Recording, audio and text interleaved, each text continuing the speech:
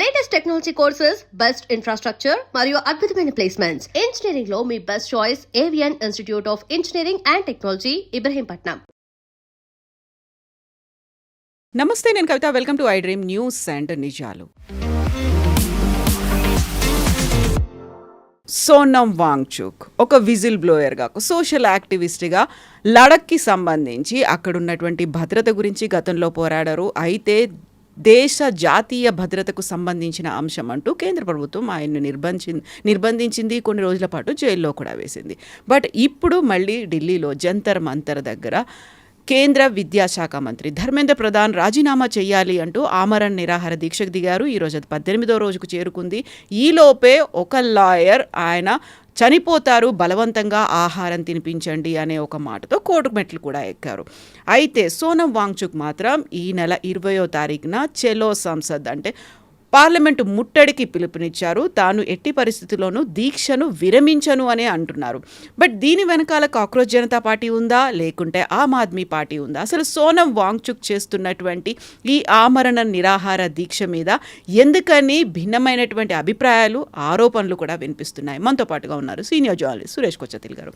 Sir నమస్తే. సోనం వాంగ్చుక్ అనగానే లడఖ్కి సంబంధించి ఆ ప్రత్యేక ప్రాంతం కావాలి అని అప్పుడు చేసినటువంటి ఒక పోరాటం, ఆ తర్వాత జరిగినటువంటి అల్లర్లు, ఆల్మోస్ట్ ఒక 6 చనిపోయిన తర్వాత ఆయన అరెస్ట్ చేశారు, జైల్లో ఉంచారు.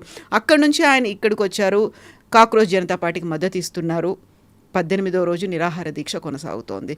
ఈ ఎంటైర్ ఎపిసోడ్ అంతా ధర్మేంద్ర ప్రధాన్ గురించి అనుకున్నప్పుడు సీజేపీ మాత్రం అందులో లేదు. ఓన్లీ సోనం వాంగ్చుక్ మాత్రమే ఎందుకు నిరాహార దీక్ష చేస్తున్నారు? ఆయన నిరాహార దీక్ష చేస్తున్నారు, మిగతా అందరూ బిర్యానీలు తింటున్నారు. అది మొన్న ఆయన చెప్పారు కూడా, అట్లీస్ట్ నా ముందు తినకండి, మీరు అందరు కూర్చొని బిర్యానీలు తింటున్నారు, మీరు బ్రేక్ఫాస్ట్ చేస్తున్నారు. ఒక వాట్సాప్లో ఒక ఫార్వర్డ్ కూడా ఉండే, strength of protest at Jantar Mantar, CJP protest, morning 30 మంది, okay, at 9 o'clock breakfast, 11 o'clock 5 people, lunch 50 people, దాని తర్వాత that is at 1 o'clock, 3 o'clock again 5 people, రాత్రి డిన్నర్ 100 people, తర్వాత 11 గంటలకు మళ్ళీ 5. దిస్ ఈజ్ బికమ్ జోక్ లాగా అయిపోయింది. అయితే కొంతమంది మాత్రం ఆయన ఒక మోకరీ చేయడానికో లేకుంటే ఒక హేళన చేయడానికి, చాలా తక్కువ చూపించడానికి ఫుడ్ బ్లాగర్స్ కూడా అక్కడికి వెళ్తున్నారు, కొన్ని వీడియోస్ చేసి ఇవన్నీ చూపిస్తున్నారు. బట్ అదంతా కూడా వాళ్ళు చేస్తున్నటువంటి పోరాటాన్ని యాక్సెప్ట్ చేయని వాళ్ళు ఇంకొక వర్గం వెళ్ళి చేస్తోంది అనే మాట కూడా ఉంది. 18 రోజులు మీరు ఫాస్ట్ చేయండి ఒకసారి, మీరు 9వ రోజు తర్వాత మీరు you will not get in to it, because మీరు డీహైడ్రేట్ అయిపోతారు కంప్లీట్. ఆబ్వియస్లీ ఆయన అదర్ నీళ్ళలో ఎనర్జీ డ్రింక్స్ ఏదో తీసుకుంటున్నారు. ఏమని అంటారు, మహాత్మా గాంధీ గారు కూడా నీళ్ళు తాగారు కదా అంటారు. ఆయన నిరాహార దీక్ష మొదలుపెట్టినప్పుడు ఆయన చెప్పారు, నేను లదాఖ్ గురించి, లదాఖ్లో స్పెషల్ అక్కడ కౌన్సిల్ పెట్టాలని చెప్పి, దానికి కావాలని చెప్పి సపోర్ట్ చేయడం చేస్తున్నా అని చెప్పి చేసి, ఈయనకు యాక్చువల్లీ సుప్రీంకోర్టు కండిషనల్ బెయిల్ ఇచ్చారు. అప్పుడు సుప్రీంకోర్టులో ఆర్గ్యుమెంట్ జరిగినప్పుడు ఈయన లదాఖ్ సపరేట్ కంట్రీ కావాలి, చైనాతో మేము రిలేషన్షిప్ డెవలప్ చేసుకుంటామని చెప్పి, చైనీస్ వాళ్ళు వస్తే మేము వాళ్ళని స్వాగతిస్తాం, చైనీస్ ఆర్మీని అని చెప్పి స్టేట్మెంట్, ఒఫీషియల్గా స్టేట్మెంట్ ఇచ్చిన మనిషి ఈయన. పబ్లిక్ ఏం కోరుకుంటున్నారో ఒక రెఫరెండం తీసుకురండి అనే మాట అది. సో లదాఖ్లో మీరు వెళ్తే ఈయన వ్యతిరేకంగా చాలా వ్యతిరేకత ఉంది అక్కడ. ఎందుకంటే ఈయన ఈజ్ లిటరలీ, ఇంగ్లీష్లో అంటారు, made a fool of everybody including Indian army. ఒక ఇగ్లూ లాంటిది ఇండియన్ ఆర్మీకి -40 degrees బయట ఉంటే లదాఖ్లో, లోపల మీకు ఒక 3 degrees టెంపరేచర్లో మీరు ఉండొచ్చు అని చెప్పి ఒక స్ట్రక్చర్ చూపించారు, శాంపుల్ స్ట్రక్చర్. అది తర్వాత తెలిసింది అది పనిచేయదు. ఈయన ఇండియన్ ఆర్మీ దగ్గర నుంచి పెద్ద కాంట్రాక్ట్ ఒకటి తీసుకున్నారు. వాళ్ళు ఏంటంటే లోకల్ ఉన్న రిసోర్సెస్తో చేద్దాం, బయట నుంచి ఎందుకు కాంట్రాక్టర్స్ తీసుకురావాలి. అండ్ లదాఖ్ ఇస్ అ చాలా ఈకో సెన్సిటివ్ ఏరియా, మనకు తెలిసింది అక్కడ పెద్ద ఫ్యాక్టరీలు పెట్టలేం, ఏం చేయలేం. సో ఇది చేశారనమాట. అప్పుడు ఇండియన్ ఆర్మీకి తెలిసిపోయింది ఇది ఫేక్ ప్రాజెక్ట్, ఇట్లాంటిది ఏం రాదు, చేయలేరు, ఈయన ఇందరు కెపాసిటీ లేదని చెప్పి ఆ ప్రాజెక్ట్ క్యాన్సిల్ చేశారు. దాంతో సోనం వాంగ్చుక్కి ఫైనాన్షియల్ లాసెస్ చాలా మటుకు వచ్చింది, ఆయనకు కోపం కూడా వచ్చింది. దాని వ్యతిరేకంగా ఆయన ప్రొటెస్ట్ చేశారు, ఇండియన్ ఆర్మీ వ్యతిరేకంగా ప్రొటెస్ట్ చేశారు. కానీ ఇది చెప్పట్లేదు, ఈ కాంట్రాక్ట్ చేతి నుంచి పోయింది అనేది, ఆ మాట అనట్లేదు. దాని తర్వాత ఆయన ఒక ఐస్ స్తూపా కాంట్రవర్సీ తీసుకొచ్చారు. ఐస్ స్తూపా నేనే సెటప్ చేశాను, సో దట్ నీళ్లు కంటిన్యూస్లీ లదాఖ్ కోసం కావాల్సిన స్ట్రక్చర్ లాంటి ప్లేస్లో నీళ్లు కంటిన్యూస్గా ఉంటుంది, ప్యూర్ డ్రింకింగ్ వాటర్, అది ఇది అని చెప్పి పెద్దగా కాన్సెప్ట్. తర్వాత తెలిసింది దట్ వాజ్ నాట్ హిమ్, అది ఇంకొక ఆయన చేశారు. ఆయనకి దానికి పద్మశ్రీ కూడా ఇచ్చారు, ఈయన కాపీ కొట్టాడు దాన్ని. ఓకే, అది తెలిసినప్పుడు ఆ ప్రాజెక్ట్ పక్కన పెట్టేశారు. ఇదంతా మీరు ఒకసారి లద్దాఖ్ వెళ్తే తెలుసు, ఎందుకంటే 2024లో నేను లద్దాఖ్ వెళ్ళాను. నేను జూన్ 2020 మే 2024 వెళ్ళాను నేను. అప్పుడు ఈ కథ అంతా నాకు వీళ్ళు అక్కడ లోకల్స్ చెప్పారు, ఇది ఈయన చేస్తున్న డ్రామా. తర్వాత వాళ్ళు ఈయన సెటప్ చేస్తున్న ఒక ఇన్స్టిట్యూట్ తీసుకెళ్లారు, ఒక university, different kind of university అనమాట, ఆల్టర్నేటివ్ స్టడీస్ కోసం. గవర్నమెంట్ ఆఫ్ లద్దాఖ్ అంటే అప్పుడు యూనియన్ టెరిటరీ కొన్ని ల్యాండ్ ఇచ్చారు ఈయనకి. ల్యాండ్ ఇచ్చి మీరు యూనివర్సిటీ సెటప్ చేయండి. ఈయన అన్నారు నా దగ్గర 100 పేటెంట్లు ఉంది. 3 Idiots సినిమాలో చూసుంటారు కదా, ఫుంగ్షుక్ వాంగ్డు, నేనే ఫుంగ్షుక్ వాంగ్డు అని చెప్పి క్లెయిమ్ చేసుకున్నారు. తర్వాత ఆ గేమ్ కూడా బయట పడతాం. ఈయనకి పేటెంట్ లేదు, ఈ 0 patents in his name. Okay, in fact ఈయన wife, I think her name is Anjali, వీళ్ళిద్దరు కలిసి ధర్మేంద్ర ప్రధాన్ని కలిశారు ఆల్మోస్ట్ ఒక సంవత్సరం ముందు, సంవత్సరం కన్నా ఎక్కువ ఉండొచ్చు, మమ్మీ ఈవెన్ 2 years. దాంట్లో ఈ యూనివర్సిటీకి కావాల్సిన ల్యాండ్ గురించి మళ్ళీ అడగడానికి వెళ్ళారు. సో ధర్మేంద్ర ప్రధాన్ చెప్పారు నేను చూస్తాను, బికాజ్ నా చేతిలో లేదు, ఇప్పుడు ఇట్స్ యూనియన్ టెరిటరీ, ఇక్కడ గవర్నర్కి పవర్ ఉంటుంది, ల్యాండ్ లోకల్ కౌన్సిల్కి ప్రాబ్లం అడ్వాంటేజ్ ఉంటుంది, వాళ్ళు చూసుకుంటారు ల్యాండ్ అలాట్మెంట్ అంతా, లద్దాఖ్ హిల్ డెవలప్మెంట్ కౌన్సిల్ అని చెప్పి. ఆల్మోస్ట్ లైక్ ఏ గవర్నమెంట్ మెషినరీ అనమాట. వాళ్ళకి బడ్జెట్స్ ఉంటుంది, వాళ్ళకి ల్యాండ్ రిఫార్మ్స్ ఉంటుంది, వాళ్ళు ట్యాక్స్ కలెక్ట్ చేసుకోవచ్చు, అంతా వాళ్ళకి పవర్స్ ఉంది. ఇప్పుడే రీసెంట్లీ గవర్నమెంట్ 6 కౌన్సిల్ పెట్టారు అట్లా. ఈయన్ని ఆ కౌన్సిల్ ఎవరు తీసుకోరు, ఈయనకు తెలుసు అది. ఈయన అన్నారు ఆ కౌన్సిల్ వాళ్ళతో నేను మాట్లాడాను, ఎందుకంటే వాళ్ళు నాతో పడదు వాళ్ళకి అని చెప్పేసి పొలిటికల్. ఎందుకంటే ఈయన చాలా మటుకు హైడ్ చేయడానికి ట్రై చేస్తారు, ఏది దాచిపెట్టడానికి, ఈయనకి డబ్బులు లేవు, చాలా పేదోడని చెప్పేసి. తర్వాత ఓపెన్గా తెలిసిపోయింది ఈయన ఫాదరు ముందు కాంగ్రెస్ మినిస్టర్ ఉండే జమ్మూ కాశ్మీర్లో, అప్పుడు లద్దాఖ్ వాజ్ అంటే జమ్మూ కాశ్మీర్. మనకు తెలిసిందే లద్దాఖ్ అనగానే 2 areas వస్తుంది మీకు స్పెసిఫిక్గా. ఒకటి Kargil, which is Shia Muslim area, అక్కడ 120,000 పాపులేషన్ ఉంటుంది అప్రాక్సిమేట్. ఇటువైపు ఏమో 120,000, 125,000 కొంచెం తక్కువ ఉంది కార్గిల్ కన్నా. దిస్ ఇస్ బుద్ధిస్ట్ లే వైపు. వీళ్ళిద్దరు నడిమిట్లో పెద్ద డివిజన్ ఉంది, అది సపరేట్ పాలిటిక్స్. నేను చూశాను కూడా అప్ ఫ్రంట్ అండ్ పర్సనల్గా నేను నా పాలిటిక్స్ చూశాను. నా ముందే ఆర్గ్యుమెంట్స్ కూడా జరిగింది ఒకరోజు దీని గురించి, డెవలప్మెంట్ గురించి, దాని గురించి, అక్కడ షియా వాళ్ళ ప్రాబ్లమ్స్ గురించి వీళ్ళు చాలా మటుకు డిబేట్ చేశారు. దీని నడిమిట్లో ఈయన ఆడుతున్నాడు సోనమ్ వాంగ్చుక్. సో అక్కడి నుంచి ఆయన్ని మొత్తం లద్దాఖ్ నుంచి ఇప్పుడు వైపౌట్ చేసేసారు. ఎందుకంటే వైలెన్స్ తర్వాత 6 చనిపోయిన మీరు చెప్పారు చూడండి, దాని తర్వాత వైపౌట్ లద్దాఖ్లే ఈయన అక్కడ ఉంచుకుంటలేరు. సో ఈయన ఇప్పుడు ఢిల్లీలో తిరుగుతాడు ఎక్కువ. అక్కడ వెళ్తే అందరికి అడుగుతున్నారు నువ్వేం చేస్తావు చెప్పు, నువ్వు అన్నీ ఇంత డబ్బులు తీసుకెళ్ళావు, గవర్నమెంట్ దగ్గర నుంచి ఇంత డబ్బులు వచ్చింది, ఆ డబ్బులన్నీ ఎక్కడ పోయినాయి, కోట్లు సంపాదించావు. ఆయన మాట్లాడలేదు దాని గురించి. సో ఢిల్లీలోనే ఈ ప్రొటెస్ట్ లాస్ట్ టైం కూడా చేశారు, ఇట్లానే ఫాస్ట్ వెళ్ళాడు, మళ్ళీ 15 రోజులు పోలీసు వాళ్ళు ఎత్తుకెళ్ళారు. ఇప్పుడు కూడా అదే జరుగుతుంది, పోలీసు వాళ్ళు ఎత్తుకెళ్ళి హాస్పిటల్లో పడేస్తారు, వాళ్ళు డ్రిప్ ఇచ్చేసి మళ్ళీ ఇంటికి పంపించేస్తారు. ఫాస్ట్ పోతుంది, అన్నీ పోతుంది. ఒరిజినల్ గేమ్ మొదలైంది మీకు గుర్తుంటుంది, ఇది ఒక CJP వాళ్ళు స్టార్ట్ చేసిన ప్రొటెస్ట్. వీళ్ళకి పోలీసులు 2 రోజులు పర్మిషన్ ఇచ్చారు. పర్మిషన్ ఇనీషియల్ ఇవ్వకపోతే పోలీసు వాళ్ళని వీళ్ళు తిట్టారు అన్నీ చేశారు. దాంతో కోర్టు కూడా వెళ్ళారు. So court set give them permission 2 days permission ఇచ్చారు. ఇప్పుడు 2 నెలలు 3 నెలల కన్నా ఎక్కువ అయింది. అక్కడి నుంచి బయటికి రావట్లేదు. మిగతా వాళ్ళు వచ్చి ప్రొటెస్ట్ చేయలేకపోయింది. ఎందుకంటే జంతర్ మంతర్ అంటే మన దగ్గర ఇందిరా పార్క్ లాగా ప్రొటెస్ట్ వెన్యూ అదొకటి, అక్కడ ఎవరైనా వచ్చి ప్రొటెస్ట్ చేయొచ్చు. కానీ వీళ్ళు బ్లాక్ చేసి పడేశారు, ఎవరు రాలేకపోతున్నారు. అక్కడ ప్రొటెస్ట్ స్టేజ్ కట్టేసుకున్నారు, పెద్ద టెంట్ వేసుకున్నారు. డబ్బులు ఎక్కడి నుంచి వస్తుంది అడగకండి. ఓకే, చాలా క్లియర్గా తెలుసు ఇది ఆమ్ ఆద్మీ పార్టీ క్రియేషన్ అని. అది సోనమ్ వాంగ్చుక్కి తెలిసిపోయింది, this is an Aam Aadmi Party project, ఇది CJP అనేది. వాళ్ళ ఈ దీప్కే అనే ఆయన ఈ social media head for Aam Aadmi Party, ఇప్పుడు కూడా ఆయన చేస్తున్నాడు ఆ పని.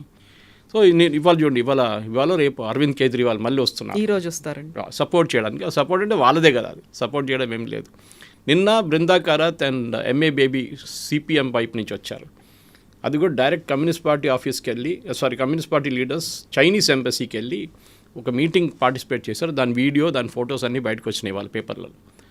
చైనీస్ వాళ్ళు ఇచ్చిన గిఫ్ట్లు తీసుకొని, పెద్ద ప్యాకెట్ గిఫ్ట్ ఇచ్చారు వాళ్ళు, తీసుకొచ్చి CJPకి వాళ్ళకి అప్పగించారు. దాంట్లో ఏముందో మనకు తెలియదు. ఓకే, ఎనీవే అది వాళ్ళ పర్సనల్ మ్యాటర్, మనం దాంట్లో పడక్కర్లేదు. కానీ ఇది బిగ్గర్ కాజ్ ఏంటి అనేది ఒక చాలా పెద్ద ప్రశ్నగా మారిపోతుంది. CJP చేస్తున్న ప్రొటెస్ట్ ఏమైంది? మీరు నీట్ ఎగ్జామ్ పేపర్ లీక్ అయింది గురించి, దాని ధర్మేంద్ర ప్రధాన్ రాజీనామా కోసం స్టార్ట్ చేసిన ప్రొటెస్ట్ ఇప్పుడు ఎక్కడ పోయింది? సోనమ్ వాంగ్చుక్ ఎక్కడి నుంచి వచ్చారు? ఆయనకు ఒక పర్సనల్ ఎజెండా ఉంది, ఆయనకు ఒక పర్సనల్ కంప్లైంట్ ఉంది గవర్నమెంట్ వ్యతిరేకంగా. ఆయన జైల్లో వేశారు గవర్నమెంట్ దీనికన్నా ముందు, తిహార్ జైల్లో చాలా రోజులు ఉన్నారు. దాని తర్వాత సుప్రీంకోర్టు ఇంటర్ఫియర్ అయ్యి ఆయనకి బెయిల్ ఇవ్వండి, ఆయన ఎప్పటి నుంచి ఇట్లాంటి పనులు ఏం చేయరని చెప్పి కండిషనల్ బెయిల్ ఇచ్చిన తర్వాత మళ్ళీ మొదలుపెట్టింది. కానీ if again goes back to Ladakh issue, ఆయన బెయిల్ క్యాన్సిల్ అవుతుంది. దానికోసం ఏం చేశాడు, CJP అని పేరు పెట్టి ధర్మేంద్ర ప్రధాన్ రాజీనామా అని చెప్పి స్టేటస్ చేశారు. ఇప్పుడు ఆయన దాని గురించి మాట్లాడలేదు.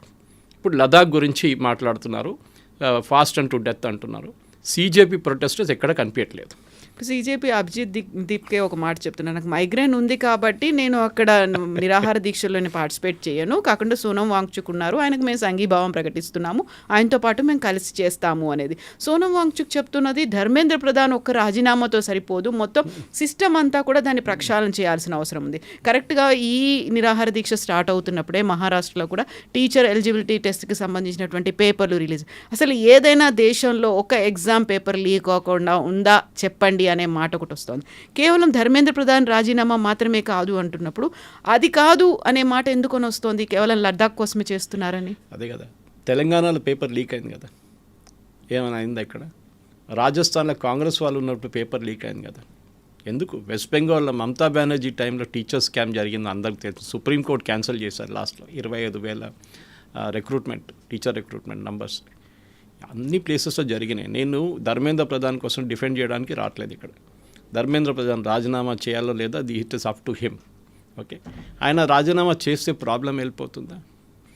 ఒకసారి నాకు ఇప్పుడు కూడా గుర్తుంది, of course I was not even born, Lal Bahadur Shastri గారు రాజీనామా చేశారు ఒక ట్రైన్ యాక్సిడెంట్. అందరూ అన్నారు దీని తర్వాత ట్రైన్ యాక్సిడెంట్లు ఉండవా అని అడిగారు. ట్రైన్ యాక్సిడెంట్ మళ్ళీ జరిగింది, చాలాసార్లు రైతుంది. మళ్ళీ ఈవెన్ ఎన్డీఏ ఫస్ట్ టర్మ్లో చాలా మటుకు 2-3 పెద్ద యాక్సిడెంట్స్ జరిగింది. అప్పుడు అశ్విని వైష్ణవ్ రాజీనామా చేయాలని చెప్పారు.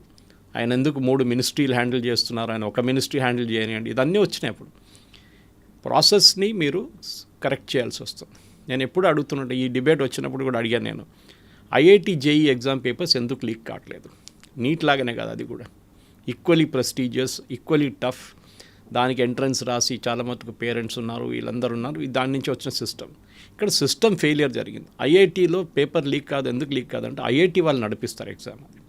ప్రతి సంవత్సరం JEE ఒక IIT నడిపిస్తారు, నెక్స్ట్ ఇయర్ షిఫ్ట్ అవుతుంది. So IIT Bombay, IIT Kanpur, IIT Delhi, IIT Kharagpur, IIT Madras, ఇట్లా పెద్ద IITలు, పాత IITలు వాళ్ళు చూసుకుంటారు ఎగ్జామ్ అంతా.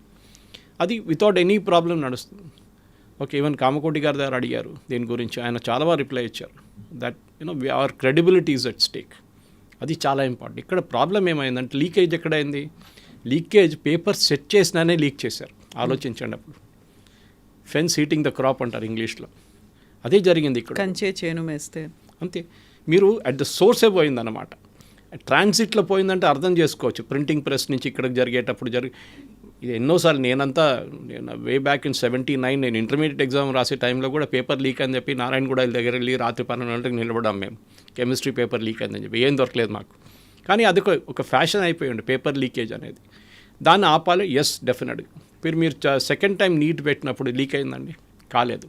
ఎందుకు? చాలా మటుకు స్ట్రిక్ట్ మెజర్స్ తీసుకున్నారు. Indian air Force planes use చేశారు పేపర్ని ట్రాన్స్పోర్ట్ చేయడానికి, పేపర్లు మిక్స్ చేశారు, అండ్ టెలిగ్రామ్ యాప్ను కూడా అప్పుడు క్లోజ్ చేశారు. ఓకే, ఇదంతా జరిగింది. చైనాలో సంథింగ్ వెరీ సిమిలర్. అక్కడ కూడా ఒక పెద్ద నేషనల్ ఎంట్రన్స్ ఎగ్జామ్ మొన్ననే జరిగింది, నెల ముందు. అక్కడ వాళ్ళు ఆ రోజు ట్రాన్స్పోర్టే బంద్ చేసేస్తారు. They cut down complete transport. Noise pollution ఉండకుండా వాళ్ళు మిగతా అన్ని లోకల్ ట్రాన్స్పోర్ట్ అన్నీ క్లోజ్ చేసేస్తారు వాళ్ళు. అంత స్ట్రిక్ట్ మెజర్స్ తీసుకుంటారు. జపాన్, చైనా, ఇండియా ఈ 3 దేశాల్లోని ఈ ఎంట్రన్స్ ఎగ్జామ్ చాలా మట్టుకు ఏం చెప్తారు, ఒక ప్రెస్టీజ్గా తీసుకుంటారు. యూఎస్లో మీకు ఇది కనిపించదు ఇట్లాంటిది. సో మన వైపు నుంచి మార్పులు రేపు ధర్మేంద్ర ప్రధాన్ రాజీనామా చేశారండి. కొత్త ఎడ్యుకేషన్ మినిస్టర్ వచ్చారు. We will take it. చాలా మటుకు రూమర్స్ ఉండే నిర్మలా సీతారామన్ గారిని తీసుకొస్తారు, ఆమె మొత్తం మార్చేస్తుందని. మళ్ళీ లీక్ అయిందనుకోండి, మళ్ళీ మీరు ఎవరు రాజీనామా అడుగుతారు? ఈసారి నిర్మలా సీతారామన్ గారు రాజీనామా అడుగుతారా? దాని తర్వాత ఆమె పోయిందనుకోండి, ఇంకొకరు వచ్చారు, మళ్ళీ అడుగుతారు. మీ సిస్టమ్ సెటప్ చేయండి, ప్రాసెస్. నేను ఎప్పుడు చెప్తుంటాను, మా దగ్గర కూడా ఎవరు ఎక్కువ లొల్లి చేస్తారో వాళ్ళకి ఆ పొజిషన్ ఇచ్చేసేయాలని చెప్పి. You should give it to Sonam Wangchuk and said you run the show now, let us see. మీరు లీక్ కాకుండా మీరు నడిపియండి అండి. That is not the solution. Government exam నడిపిస్తున్నారు. గవర్నమెంట్ కూడా కాదు, it's indirectly national testing agency నడిపిస్తున్నారు. వాళ్ళు చాలా మటుకు ఎగ్జామ్స్ నడిపిస్తారు వాళ్ళు, నాట్ జస్ట్ దిస్. ఇప్పుడు మన యూపీఎస్సీ ఎగ్జామ్ నడిపిస్తున్నట్లే, యూపీఎస్సీ ఐఏఎస్ ఎగ్జామ్ అంటే సివిల్ సర్వీస్ ఎగ్జామ్ నడిపిస్తారు వాళ్ళు. స్టాఫ్ సెలక్షన్ కమిషన్ మిగతా ఎగ్జామ్స్ కూడా వాళ్ళు నడిపిస్తారు చాలా మటుకు. సో రెస్పాన్సిబిలిటీ ఉంటుంది. మన దగ్గర క్రెడిబిలిటీ ప్రాబ్లం ఉంది. కానీ సోనం వాంగ్చుక్ ఆయన పర్సనల్ ప్రాబ్లం అంటే ఆయన యూనివర్సిటీ లైసెన్స్ క్యాన్సిల్ చేశారు అది చెప్పట్లేదు ఆయన. దట్ ఆయన ల్యాండ్ రిటర్న్ తీసుకున్నారు, ఇండియన్ ఆర్మీని చీట్ చేశారు ఆయన. ఒక ప్రాజెక్ట్ కోసం, అది చెప్పట్లేదు. చైనీస్ ఆర్మీ రేపు వస్తే మేము ఓపెన్గా వాళ్ళు స్వాగతిస్తాం లదాఖ్ ప్రజలు అని చెప్పేసి ఈయన స్టేట్మెంట్ ఇచ్చారు.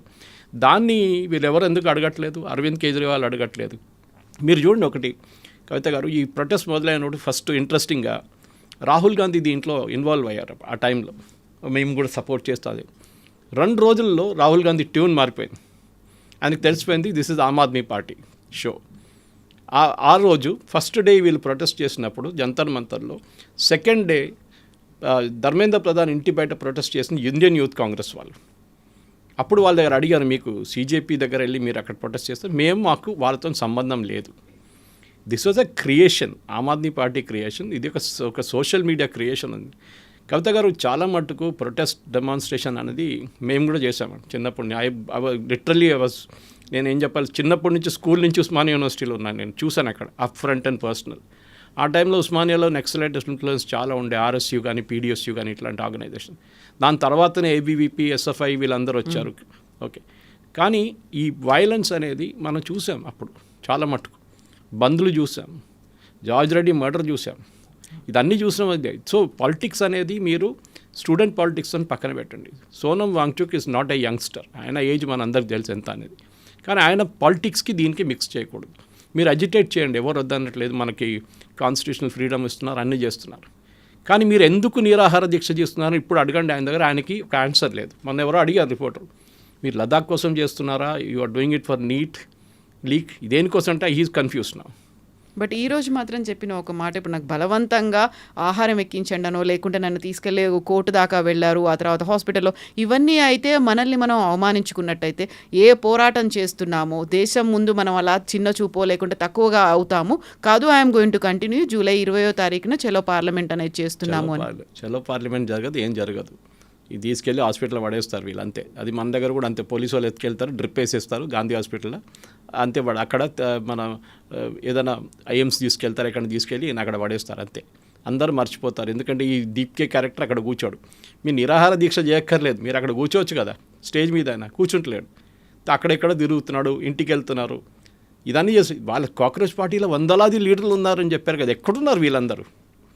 ఒక్కరు కూడా స్టేజ్ మీద కనిపించట్లేదు. ఒక సోనం వాంగ్చుక్ ఒకటే స్టార్ వాల్యూ ఉన్నారని చెప్పి 10 మంది కలవడానికి వస్తారు. సాగరికా ఘోష్ వచ్చింది, మహువా మైత్రా వచ్చి. నిన్న టిపికల్ క్రౌడ్ ఒకటి, ఏది యాంటీ మోదీ ఉన్న క్రౌడే వస్తున్నారు అక్కడికి.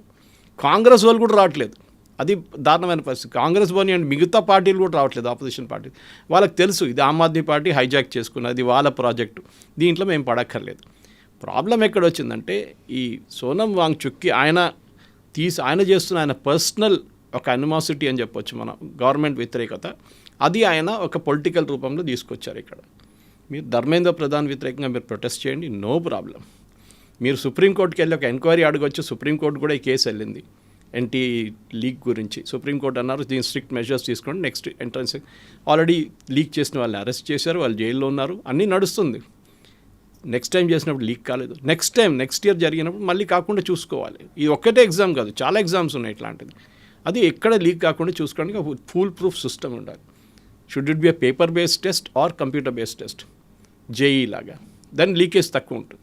ఇదన్నీ మనం ఈవెన్ మన 10th క్లాస్ ఎగ్జామ్ నుంచి మిగతా అన్నిటికీ ఇది ఎప్పుడు నేను చెప్తాను కవిత గారు, ఈ లీకేజెస్లో మనం సోనం వాంగ్చుక్ని పక్కన పెడదాం, దీప్కేని పక్కన పెడదాం, కాక్రోచ్ని పక్కన పెడదాం. దీంట్లో మెయిన్గా ఏంటంటే వీళ్ళు ఏం చేసింది, వీళ్ళు యంగ్స్టర్స్ని తీసుకొని రోడ్డు మీదకి వచ్చి ప్రొటెస్ట్ చేయాలనుకున్నారు, కాలేదు. మీరు చూడండి, ఎవరైనా ఒక్కరైనా ధర్నా చేస్తున్నారా ఢిల్లీలో, రోడ్డు మీద వెళ్ళి చేయరు. ఎందుకంటే వీళ్ళకి భయం.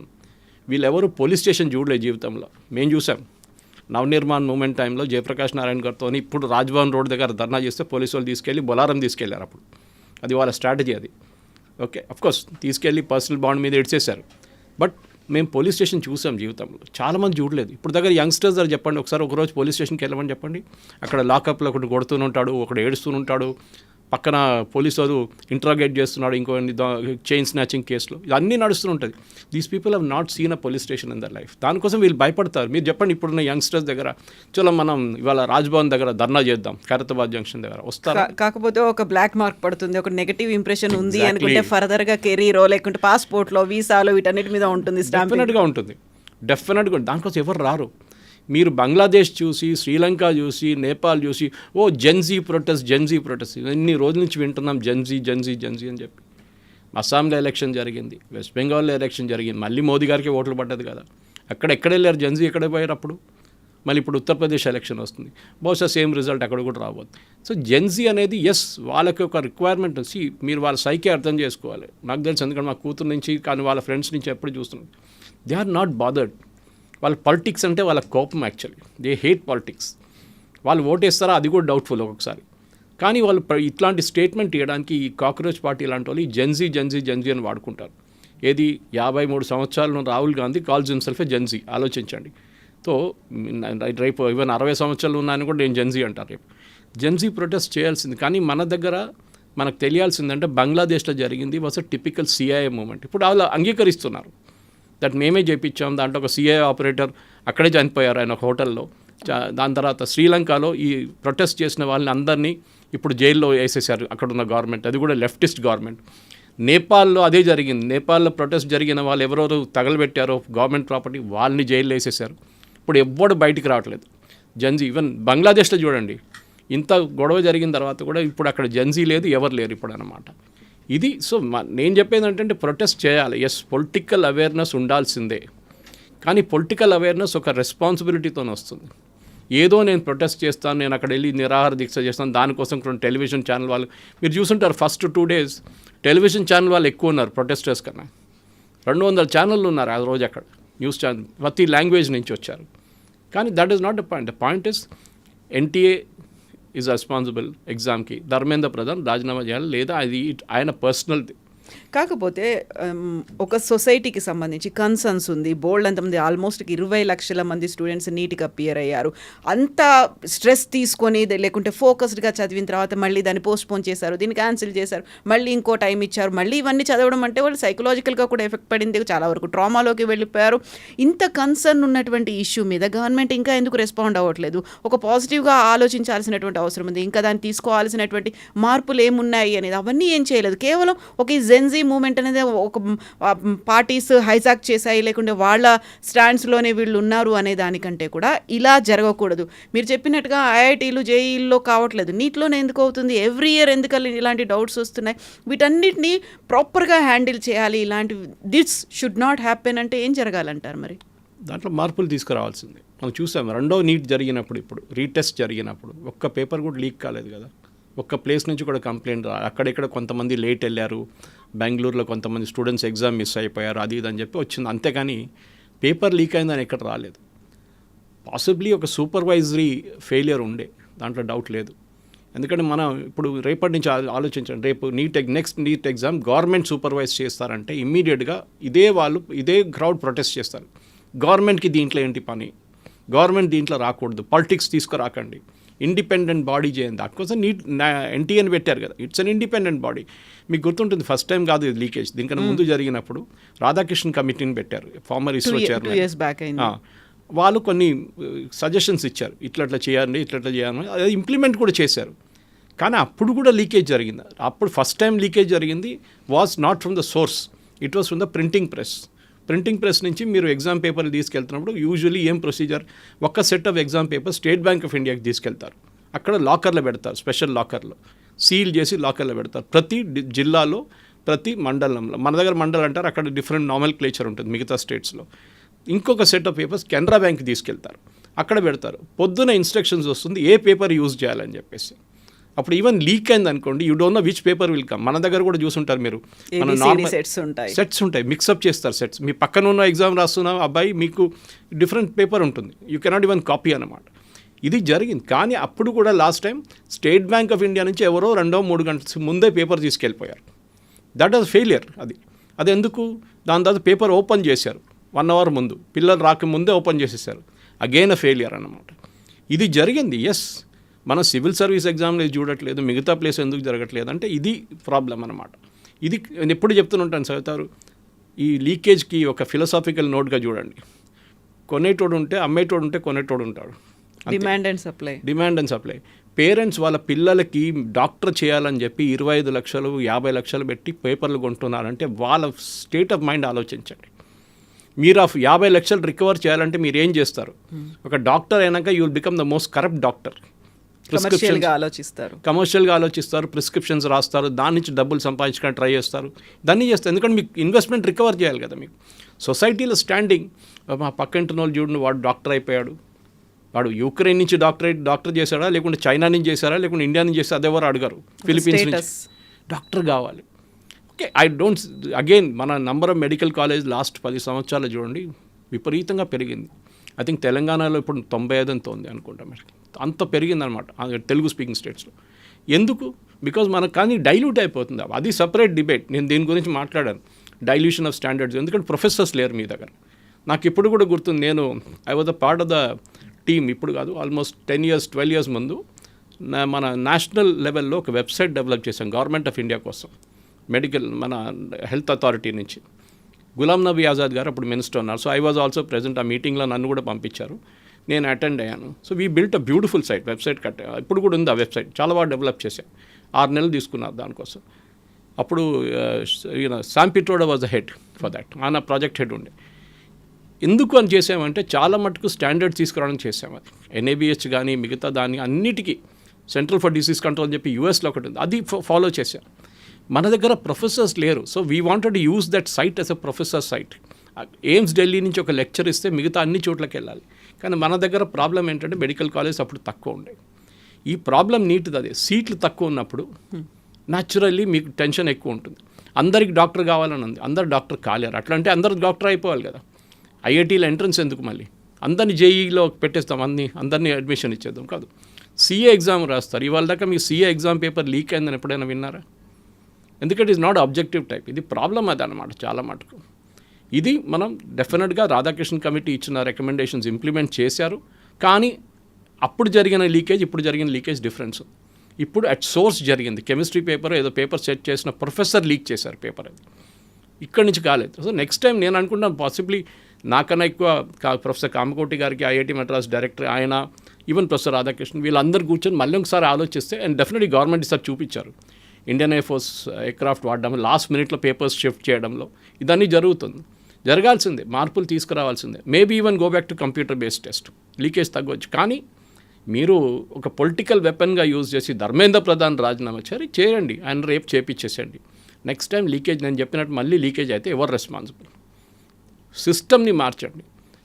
మనం లాస్ట్ 6 నెలల్లో మేజర్ రైల్వే యాక్సిడెంట్స్ ఎప్పుడైనా విన్నామండి? We have not heard. ఎందుకంటే చాలా మటుకు రైల్వే ఎంప్లాయీస్ని they are holding them accountable. ఇప్పుడు సిస్టమ్ని అకౌంటబుల్గా చేస్తున్నారు. కవచ్ సిస్టమ్స్ పెట్టారు, ప్రాసెస్ మార్చారు, అక్కడే మార్పు వస్తుంది. లేకుంటే రాజీనామా చేయాలంటే లాల్ బహదూర్ శాస్త్రి గారు రాజీనామా చేయాలంటే అశ్విని వైష్ణవ్ రాజీనామా చేస్తారు, కొత్త రైల్వే మినిస్టర్ వస్తారు, మళ్ళీ యాక్సిడెంట్ అవుతుంది, మళ్ళీ రాజీనామా చేస్తారా? ప్రాసెస్ని మార్చాలి. దాని కాకుండా మీరు ఈ పొలిటిక్స్ తీసుకొచ్చి సోనం వాంగ్చుక్కి ఉద్యోగం ఏముంది చెప్పండి నాకు.